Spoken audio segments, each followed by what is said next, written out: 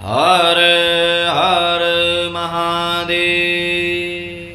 श्री गणपतिर्सङ्कटनाशन स्तोत्रम्।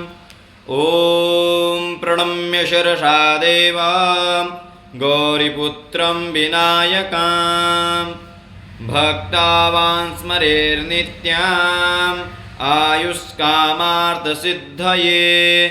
प्रथमं वक्रतुण्डं च एकदन्तं द्वितीयकां तृतीयां कृष्णपिङ्गाक्षां गजवक्त्रां चतुर्थकां लम्बोदरं पञ्चमं च षष्ठां विकटमेव च सप्तमां विघ्नराजेन्द्र धूम्रवर्णं तथाष्टकं नवमं भालचन्द्रं च दशं तु विनायकाम् एकादशं गणपतिं द्वादशं तु गजाननां द्वादशेतानि नामानि त्रिसन्ध्यया पठेन्नरः न च विघ्निर्भयं तस्य सर्वसिद्धिकरं परां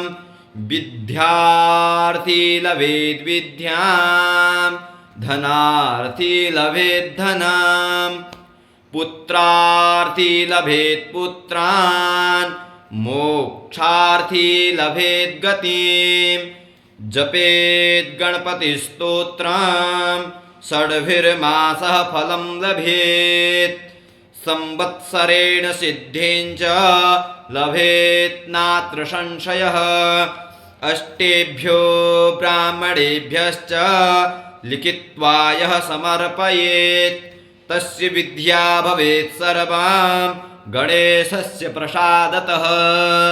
ॐ श्रीनारदपुराणे सङ्कटनाशनां गणपतिर्स्तोत्रं सम्पूर्णम्।